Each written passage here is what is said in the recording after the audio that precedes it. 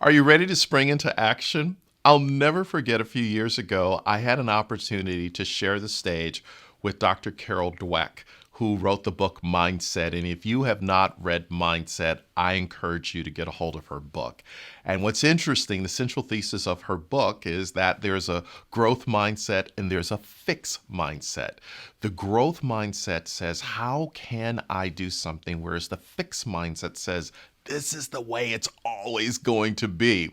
And I have to tell you, I mean, the great Stanford professor, Dr. Dweck, I'm on the same program, and I had a slight case of the imposter syndrome. I did not feel that I was qualified to be on the stage with such a noted authority. So I started literally pacing backstage. I mean, I was just like nervous Ned. So many things were going through my mind as I was reliving this story, feeling unqualified at that particular moment.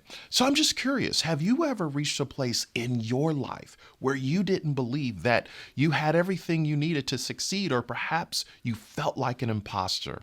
So here's what I want you to think about. If you are ready to overcome the imposter syndrome, so many people have come at this from so many different angles. Here's what worked for me, and I pass it on to you. Just be yourself. Be who you are. Love the skin you are in. And the moment I embraced my story backstage and I said, you know what? I am Simon T. Bailey from Buffalo, New York, living in Orlando, Florida, and I am the bomb.com. Literally, I just started saying that to myself.